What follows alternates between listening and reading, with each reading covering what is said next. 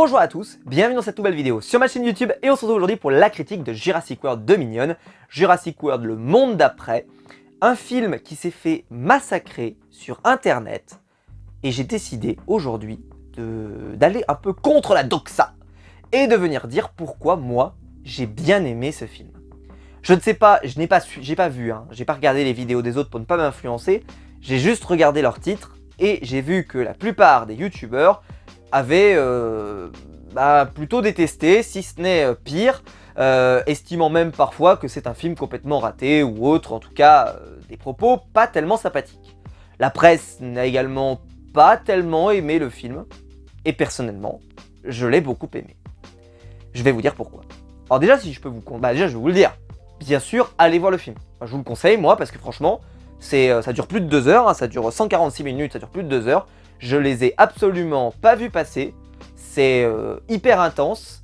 Le film, je trouve qu'il a du mal à démarrer, mais une fois qu'il est lancé, c'est presque étouffant, tellement ça va vite, tellement c'est génial, tellement le rythme est effréné, et je n'ai pas vu un seul moment de ce film, juste le début qui était un peu pénible, et à partir du moment où l'histoire va se lancer, c'est vraiment un pur bonheur, un vrai film comme on aime en voir au cinéma, généreux, plutôt malin, avec un bon enjeu, un scénario peut-être pas hyper créatif, ni avec une réalisation qui veut t'en mettre plein la vue, mais qui réalise ça de façon extrêmement sérieuse, et avec une envie de donner du rythme, et toujours du rythme, au film avec intensité, avec une gestion de la peur qui m'a rappelé les premiers Jurassic Park.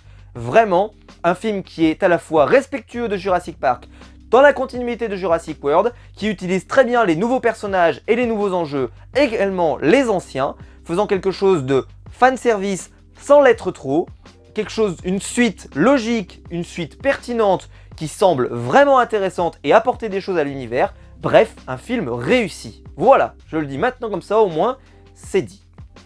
Je vais juste préciser quelque chose, si vous pouvez aller le voir, je vous conseille d'aller le voir en 3D, comme je l'ai fait hier soir, parce que la 3D du film est exceptionnelle. Et je vous le dis, je vois beaucoup de films en 3D, parce que les 3/4 du temps, en fait, quand je vais au cinéma, je vais les voir en 3D, en tout cas les films qui sont disponibles en 3D. Pour une raison, c'est que ma télé n'étant pas 3D, c'est la seule fois où je pourrais voir le film en 3D. Et je préfère payer un petit peu plus pour avoir une séance en 3D, pour au moins l'avoir vu une fois en 3D, et après, dans le reste de ma vie, le voir seulement en 2D, ce n'est pas grave. Mais clairement, sur ce film-là, ça a rendu l'expérience immersive absolument exceptionnelle, et je vous expliquerai pourquoi tout à l'heure. Alors, ce Jurassic World, le monde d'après, c'est le monde d'après Covid probablement. Quelle blague. Blague à part, c'est vraiment la suite de Jurassic World 2. Tous les éléments par rapport au parc sont terminés. Les dinosaures se retrouvent dispersés sur la planète, dans tout notre univers. Et on se retrouve donc avec nos personnages, Owen et Claire, qui avaient également récupéré une jeune fille au passage lors de l'épisode précédent, et sont en train un petit peu de vivre cachés, parce que cette fille est toujours recherchée par différents labos et différents centres de recherche. Et va se produire un incident, elle va se faire capturer, et ils vont essayer de la récupérer. Ça, c'est un axe de l'histoire, et on avait vu dans la bande-annonce le retour du trio de la légende, et ce n'est pas le trio de Naruto, non, c'est bien sûr Ian Malcolm, Ellie Sattler et le docteur Alan Grant, qui se retrouvent, eux, menés dans une histoire où une espèce animale venant du Crétacé qui ressemble à des énormes sauterelles est en train de détruire tout le blé mondial, et en particulier certains types de blé. Et ils sont en train de se dire que peut-être on est à l'approche en tout cas d'une famine généralisée. Et ils essaient de trouver une solution, et ils se disent que peut-être que la solution, ou en tout cas la source du problème, peut venir de ces labos qui travaillent sur le clonage, sur le gène, etc., etc., en particulier autour des dinosaures. Et ça va lancer donc 2 intrigues qui effectivement au fur et à mesure va finir par se rejoindre. Et bah déjà, premier excellent bon point, c'est que les 2 histoires que je viens de vous citer n'ont pas de lien véritablement commun, c'est juste que ça parle de dinosaures, mais ils n'ont pas vraiment de lien commun. Et je trouve que la façon dont ils ont fait rejoindre les 2 histoires, même si on sent que ça va arriver, eh bien le moment où ça arrive, j'ai envie de dire que c'est fait naturellement. C'est-à-dire qu'ils se retrouvent tous dans le même lieu, et ça semble pas se forcer. C'est vraiment, il y a un enchaînement d'événements qui semble logique, et ça fait plaisir. Deuxième point, alors là il faut qu'on en parle, c'est le point fort du film, c'est le rythme, qui est absolument effréné, mais le défaut c'est le début. J'ai eu énormément de mal avec le premier quart d'heure, je dirais, où il y a, je crois, presque 5 scènes, peut-être même plus, de démarrage. C'est-à-dire que d'habitude, quand vous avez un Jurassic Park, on connaît, hein, le premier Jurassic Park par exemple, commence par une scène de démarrage. Vous savez, où ils sont en train de relâcher un dinosaure et il y en a un qui se fait attraper et qui se fait dévorer alors qu'ils sont en train de relâcher des raptors de mémoire. Enfin, un raptor en particulier. Et après, derrière, le film démarre. Mais là, en fait, on va enchaîner plusieurs petites scènes comme celle-là. Une scène sur un bateau, puis une scène où ils sont dans le désert en pleine nuit en train d'essayer de libérer un dinosaure. Puis t'as une autre scène, etc., etc., etc., etc. Et ils vont se retrouver dans la neige. Bref, tout ça, ça va faire un énorme bloc qui va amener que le film, t'as l'impression qu'il démarre pas. Ou qu'il cale, pour être précis. C'est-à-dire que t'as l'impression que ça va démarrer. Ah non, pas encore. Parce qu'il faut qu'on te passe de ça. Ah ok. Et puis après, ah oh non, il faut qu'on te redise aussi Blue, il est là. Ah oui, bon ok. Et puis maintenant, enfin elle est là, oui il est là, peu importe. Etc, etc, etc. Et ça coince, tout le temps. Ça arrive jamais à se lancer. Et à partir du moment où l'événement déclencheur se lance, où la jeune fille se fait kidnapper, et bah boum, le film se lance et à partir de là, c'est un film fleuve qui est intense et qui ne va jamais te lâcher. C'est simple, je ne regarde jamais mon téléphone pendant les séances, mais j'ai même pas eu besoin. Hein. C'est-à-dire que quand le film s'est terminé, j'arrivais pas à croire que j'avais regardé, combien de temps il dure normalement? 146 minutes. Non mais c'est un truc de dingue, je les ai absolument pas vus passer. 146 minutes je suis resté, non mais c'est prodigieux, prodigieux. Alors il y a tout un passage où il se retrouve à Malte, notamment, c'est tout le premier, il y a presque une demi-heure à Malte, mais c'est un bijou. Hein. Oh, mais en termes d'intensité, avec Owen qui se retrouve donc à Malte pour chercher quelques indices, et tu te retrouves avec Omar Sy qui revient dans le film, qui fait une très bonne prestation d'ailleurs, et là, t'as des courses-poursuites à Malte avec des motos, avec des raptors, les raptors sont exceptionnels. J'ai vu Omar Sy pas loin de décéder je ne sais combien de fois, je vous dis pas ce qui lui arrive dans cette partie de spoil évidemment, mais je vous dis que je l'ai enterré un nombre de fois avant potentiellement qu'il meure ou qu'il ne meure pas. Je vous le dis, mais c'était terrible, c'est-à-dire qu'il y avait des fois où en plus avec la 3D, le raptor te saute dessus et saute donc sur Omar Sy ou s'approche d'Omar Sy en tout cas. C'était, mais j'ai cru qu'il nous sautait dessus. J'ai bondi de mon siège au moins 4 fois dans tout ce passage autour de Malte, tellement c'était exceptionnel. On retrouve, je trouve, cette ambiance aussi qu'on avait dans le premier Jurassic Park et surtout dans le 2, avec ce côté où tu as les attaques dans les villes, sauf qu'à l'époque, dans le premier Jurassic Park, dans le Jurassic Park 2, excusez-moi, il y avait un côté, c'était un gros T-Rex, vous voyez? Alors que moi, l'animal qui me fait peur, je suis désolé, c'est pas forcément le T-Rex, j'ai pas la peur du T-Rex. C'est pour ça d'ailleurs que dans le premier Jurassic World, j'avais pas ressenti ça, parce que c'était un énorme dinosaure. Et ce qui me fait le plus peur, en fait, c'est le raptor, parce que le raptor, il est hyper vif, hyper rapide, et ils font souvent juste des petits sauts comme ça. C'est-à-dire que d'un coup, ils rentrent dans la caméra, et là, avec la 3D, tu avais l'impression que le raptor sortait de l'écran et allait te sauter dessus, quoi. C'était absolument passionnant, ça m'a mis plusieurs fois, comme je vous l'ai dit, ça m'a décollé du siège, c'est absolument incroyable. Et je peux vous dire que j'étais pas le seul, j'ai vu d'autres personnes à côté de moi où ça leur a fait un sacré recul. Clairement, la 3D est exceptionnelle dans le film. Alors il y a quelques petits flous parfois, c'est-à-dire que vu que c'est à mon avis une image qui était en 2D et qu'ils ont passé en 3D, parfois ils font un petit détour des personnages et des fois il y a des paysages qui sont un peu flous, t'as l'impression que c'est sur fond vert. En fait, je pense que c'est pas le cas, c'est juste que pour détourer les personnages qui sont au premier plan et ceux au dernier-plan, à l'arrière-plan, forcément, t'as l'impression que c'est un peu flou et ça fait un peu effet fond vert, ce qui est pas génial. Ça me rappelle Pirates des Caraïbes 4 que j'étais allé voir en 3D à l'époque, où il y avait ce même effet, où tu avais les personnages qui étaient au premier plan et le fond qui était très flou et qui donnait cette impression un petit peu des fois étrange. Là, ça m'a donné parfois cette impression, mais pas toujours. Il y a des excellents passages, comme je vous l'ai dit, dans les rues de Malte notamment, c'est extraordinaire. Et puis, les personnages sont toujours bons, c'est-à-dire que Owen fait un excellent travail. Moi, j'adore l'acteur évidemment, mais au-delà de ça, le personnage en lui-même, il est casse-cou comme on aime, il est plutôt efficace, il est juste, c'est un personnage en plus qui a bien évolué depuis l'époque, et je trouve que ce qu'on rajoute sur ce personnage dans cet épisode est particulièrement bon.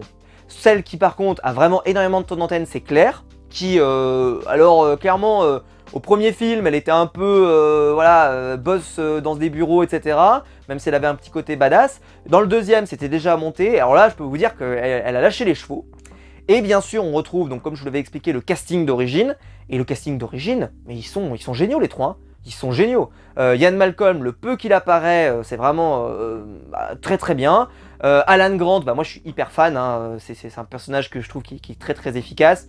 Laura Dern, bon, qu'est-ce que vous voulez que je vous dise? Elle reprend bien son personnage. Ouais, elle le reprend bien.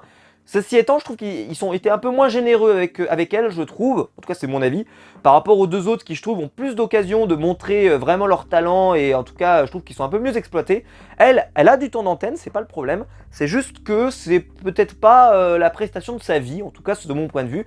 Ceci étant, elle reste quand même excellente, et puis il y a une alchimie entre les trois qui là-dessus, clairement, marche toujours, même des années après.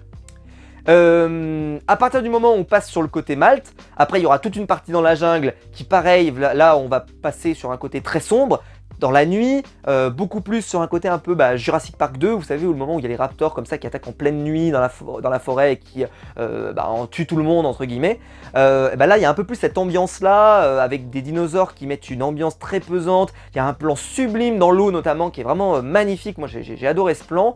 Et puis voilà, vraiment une ambiance un peu de film d'horreur évidemment, j'en pèse mes mots, mais pour moi Jurassic Park, d'ailleurs le premier, c'est un peu un film d'horreur pour enfants entre guillemets, parce que je suis désolé mais les raptors, la scène de la cuisine, moi j'étais gamin quand je l'ai vu, c'était terrorisant, hein. Quand vous êtes gamin vous faites waouh.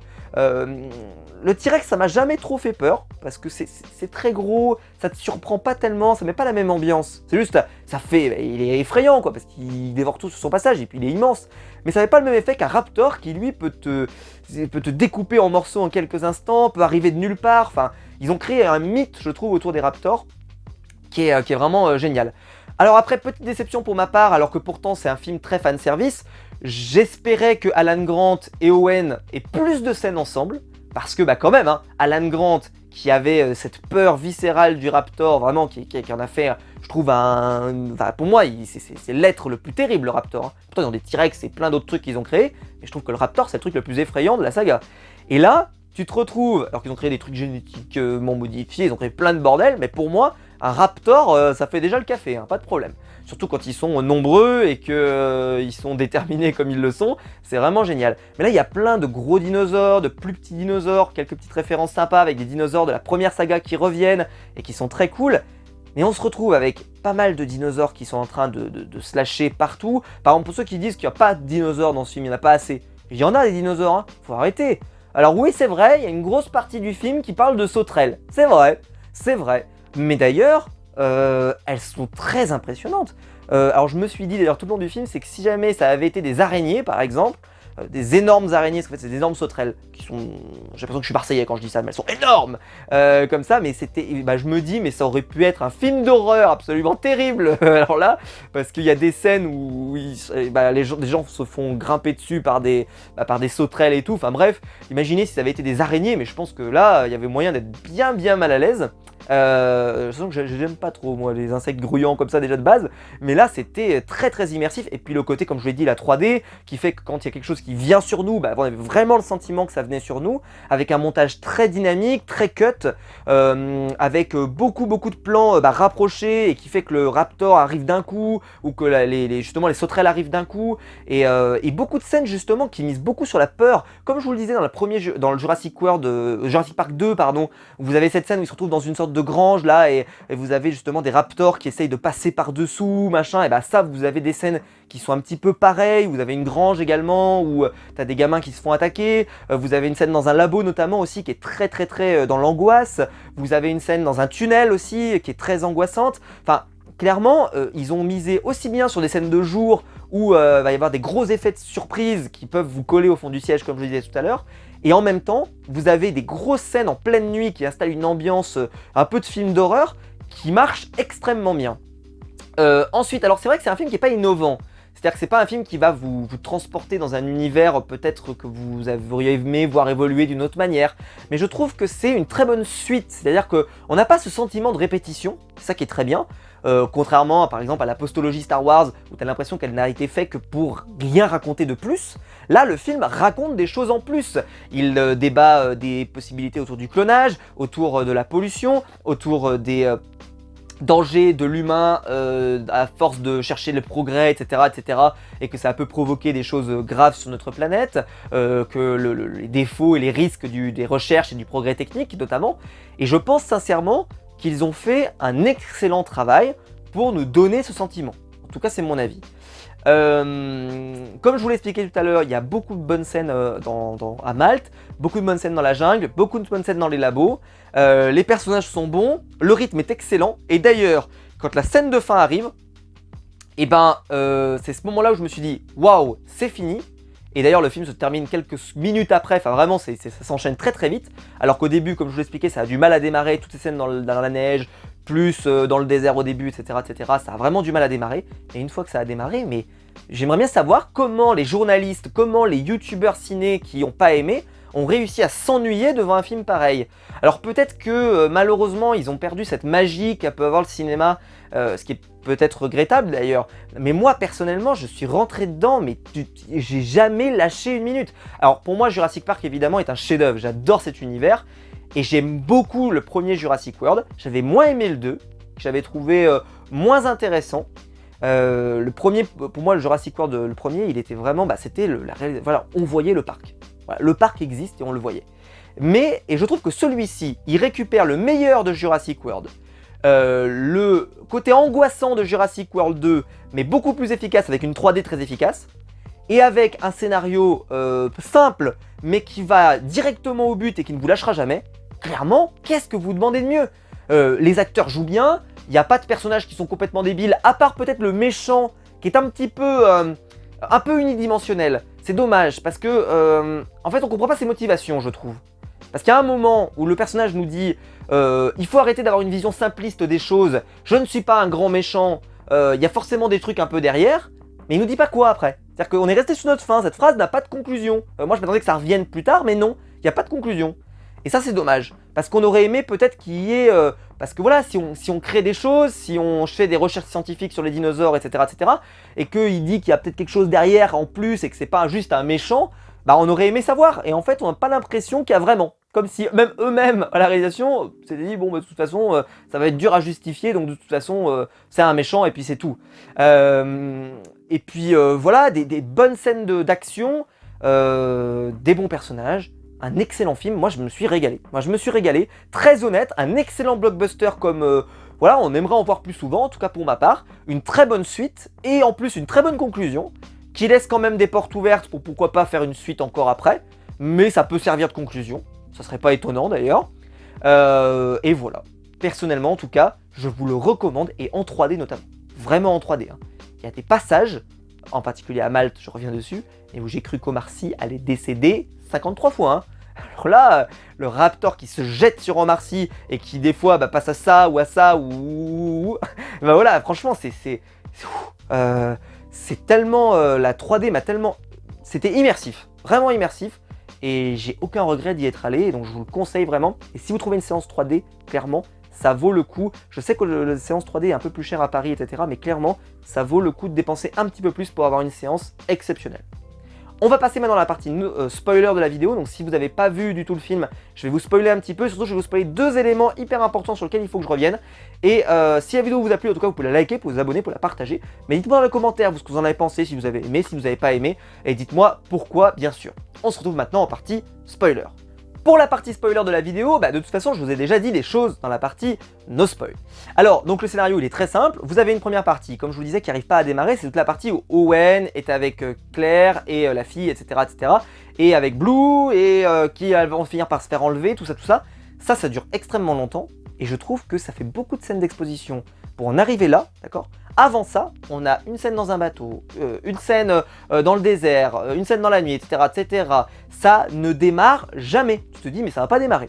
Et à partir du moment où la fille est enlevée, ensuite vous avez tout un passage, donc comme je vous l'avais dit à Malte, notamment avec tout le passage en moto là où tu as les Raptors qui poursuivent Owen, et ce moment où il se jette sur lui, le moment où Omar Sy est en haut, coincé dans une cage, comme ça, et là tu as un Raptor qui fonce et il est à ça de le dévorer.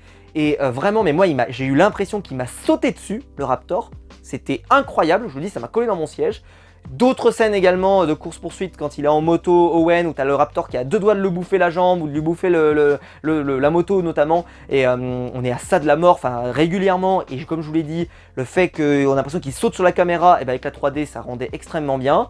Tout le passage dans la jungle avec Claire qui se fait pourchasser par un dinosaure, avec notamment le dinosaure qui est comme ça là et qui la cherche alors qu'elle est juste sous l'eau. Et vous avez le plan de caméra comme ça, vous avez la moitié sous l'eau et la moitié au-dessus de l'eau. Et juste, il n'y a pas de bruit, il n'y a pas de musique, il n'y a rien. Oh là là, c'est angoissant comme on aime quoi. Donc extraordinaire. Et après vous avez tout le passage bien sûr dans les labos avec les sauterelles qui se jettent sur... Alan Grant et Ellie Sattler qui sont vraiment géniales. Aussi, vous avez ce passage où ils font un café. J'ai trouvé que l'idée était géniale pour cacher le son. Et juste au moment où Ian Malcolm parle extrêmement vite avec un débit très rapide pour balancer toutes les infos en lui disant il faut que tu ailles à tel endroit, tel endroit, tel endroit, tel endroit, tel endroit, tel endroit. Et puis là, ils reprennent leur discussion normale. J'ai trouvé que c'était parfait avec le personnage de Ian Malcolm et que c'était... voilà, et vraiment, comme je vous l'ai dit, Ian Malcolm s'en est très bien sorti. Et puis tout ce petit monde, il va arriver pas mal de soucis, ils vont se retrouver dans les mines. Et là, en sortant des mines, ils se retrouvent dans la jungle. Et tout le monde se retrouve à cet endroit-là. Et ça semble pas trop forcé, je trouve que ça se fait assez naturellement. Et à partir de là, pareil, dernière partie du film, on règle les trucs. Vous avez le grand méchant du film qui se fait manger comme Dennis Nedry par le... comment ça s'appelle? Ah, j'ai plus le nom. En plus, je ne connais que lui. Enfin, voilà, c'est pas un Raptor, c'est pas un T-Rex, c'est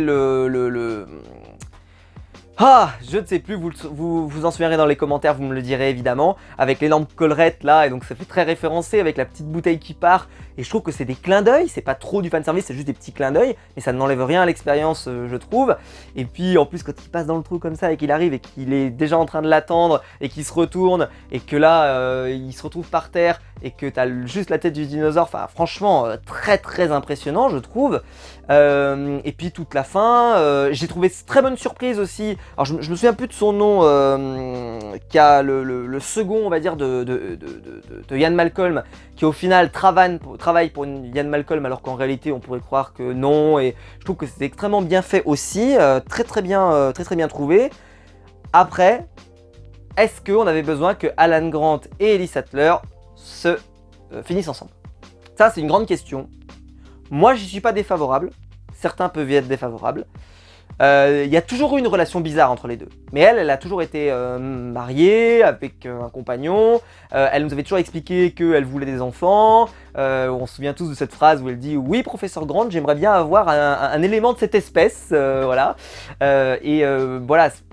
Ils n'étaient pas faits, en tout cas, je trouve qu'ils n'étaient pas compatibles. Et là, en fin de vie, c'est vrai que ça arrive très tard, ils semblent plus compatibles, c'est vrai, parce que elle a un peu, voilà, elle a accompli tout ce qu'elle devait accomplir plus ou moins, et que lui, il sent qu'il a raté des choses et qu'il a peut-être pas profité au maximum, et il y a un peu, voilà, chacun s'est rapproché de la position de l'autre, donc j'ai pas trouvé que c'était si mal fait que ça, mais je m'en serais passé. Je suis honnête, je m'en serais passé, j'étais pas mécontent moi avant que leur relation reste platonique, et le fait qu'elle évolue, ça semble cohérent par rapport au film, mais c'était pas nécessaire. Toutes les scènes géniales où il porte le Raptor dans le dos, et où t'as Ian Malcolm comme ça qui s'arrête en pleine tirade en disant c'est un dinosaure que vous avez sur l'épaule.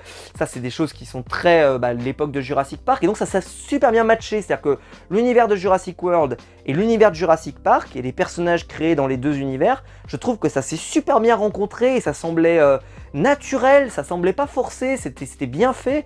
Je trouve que ça respectait l'univers de la saga d'origine, et ça respectait aussi ce qui avait été fait dans Jurassic World. C'était bien. L'arrivée de Henry Wu, qui est la personne qui avait créé le premier Raptor et tout, qui avait créé les Raptors et tout, je trouve qu'il lui donne une belle conclusion. Et son intervention, elle est vraiment bienvenue. Il y a un gros débat sur le clonage, sur ce qu'on fait avec le clonage, sur pourquoi on le fait. Et c'est là que je vous dis que c'est dommage, parce que le méchant, à un moment, nous dit clairement que il faut pas voir les choses en noir et blanc. Il le dit, je crois, à Ian Malcolm, en disant qu'il y a des choses qu'ils sont pas si mauvais que ça, et qu'en réalité, lui, c'est pas un grand méchant loup, et qu'en fait, il a des bonnes intentions. Mais alors, c'est peut-être moi qui les ai ratées, mais j'ai pas compris quelles étaient ses bonnes intentions. C'était quoi Le fait de créer une espèce de sauterelle qui est en train de détruire toutes les cultures, sauf ses cultures à lui. Je vois pas comment ça peut être particulièrement quelque chose de vertueux et positif. Et en plus, il précise à un moment, il dit non, je ne fais pas ça que pour l'argent. Alors, quelle pourrait être ta motivation? Et ça, j'ai trouvé que c'était un vide qui a été laissé, et ça, j'ai trouvé ça dommage. Mais ça n'enlève rien à la qualité du film. Parce que j'ai envie de dire, le fait qu'il n'y ait pas un vrai méchant. Et moi, dans Jurassic Park, au final, c'est quoi le méchant? Dans le premier Jurassic Park, c'est Dennis Nedry, je suppose. Et en réalité, c'est les raptors, les T-Rex qui sont... Voilà, c'est le T-Rex qui est méchant. Mais on n'a pas besoin potentiellement d'un méchant particulièrement bien foutu. Juste déjà des bons personnages, enfin des bons dinosaures, ça fait déjà vraiment un excellent film. Et là c'est le cas, parce qu'il y a des dinosaures qui sont effrayants, qui installent une ambiance. Comme je vous l'ai dit, les raptors, clairement, en ville, dans la nuit, ou ce que tu veux, c'est passionnant. Tout ce passage dans la jungle avec le T-Rex qui affronte le Mega Raptor, je crois qu'il s'appelle Giga, je sais plus quoi, là, le plus gros dinosaure possible et imaginable. C'était plutôt cool, avec cette alliance qui se crée pour le battre. Je trouvais que c'était assez bien fait et ça semblait assez cohérent avec ce qu'on avait vu dans Jurassic World le premier, où tu as le Raptor avec le T-Rex qui s'allie pour battre un dinosaure et tout. Enfin, c'était plutôt bien fait.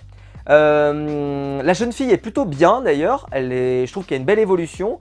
Alors c'est dommage parce que par contre ça vient en contradiction avec ce qu'on nous avait dit dans l'épisode précédent. Ce ne sera pas la première fois que ça arrive, hein, où tu as une information qu'on te donne au milieu de la saga et puis après à la fin de la saga on te change l'info.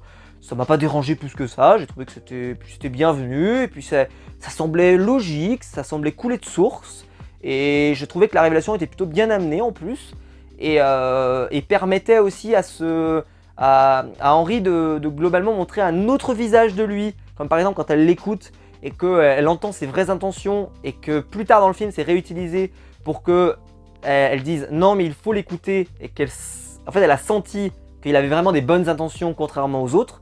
Et voilà, je vous le dis, le film il est vraiment bien construit. À part le début qui a du mal à démarrer, le reste est plutôt réussi. La fin, bon bah voilà, Blue récupère son bébé, eux ils retournent, Owen, Claire, etc. retournent un petit peu dans leur, forêt dans la neige. Voilà, tout ce petit monde retrouve un peu une vie normale. Et puis à la fin, on nous dit que les dinosaures sont dans une réserve, voilà, et qu'on va leur foutre la paix à partir de maintenant. Je trouve que c'est plutôt une bonne conclusion pour la saga, parce que c'était ce que voulait John Hammond à l'époque. Il voulait que justement cette île, les îles qu'il avait créées, soient des réserves pour les dinosaures, etc., etc.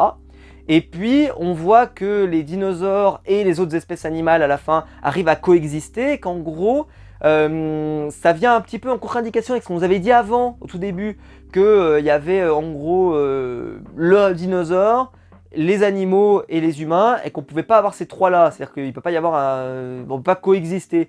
Et en réalité, à la fin, j'ai trouvé que c'était plutôt un beau symbole de se dire que la baleine, elle peut coexister avec l'énorme monstre, l'énorme dinosaure aquatique, que je sais pas moi, les poneys peuvent exister avec un autre type de dinosaure, etc., etc.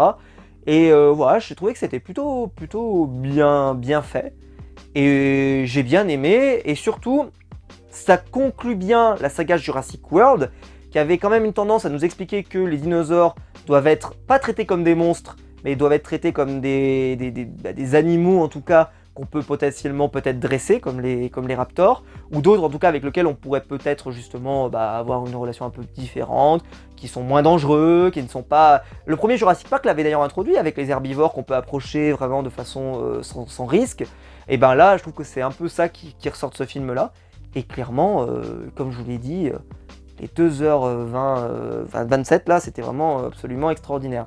Et j'ai vu beaucoup de fois Omar Sy mourir, mais il est pas mort, miracle, parce que j'ai cru qu'il allait y rester je ne sais combien de fois, surtout quand il était mal embarqué là, tout là-haut là, je croyais pas trop, je me suis dit oulala, il est mal embarqué. Et puis voilà.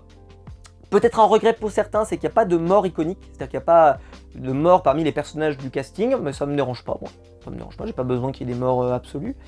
Et puis voilà. Bref, personnellement, j'ai beaucoup aimé. Voilà. La musique est bonne. Il y a même des instants où ils se sont même permis de mettre aucune musique et juste miser sur l'ambiance. et ça empêche pas le dynamisme, c'est vraiment excellent. Et voilà, j'ai qu'une seule chose à vous dire, allez le voir en 3D parce que clairement les Raptors qui vous foncent dessus, ça vaut le détour. Et puis voilà, n'hésitez pas à me dire dans les commentaires ce que vous avez pensé du film, si vous avez aimé. N'hésitez pas à liker, à vous abonner, à la partager sur les réseaux sociaux. Il y a le bouton rejoindre juste en dessous pour devenir mon soutien et je vous en remercie. Et quant à nous, on se retrouve très vite pour des nouvelles vidéos.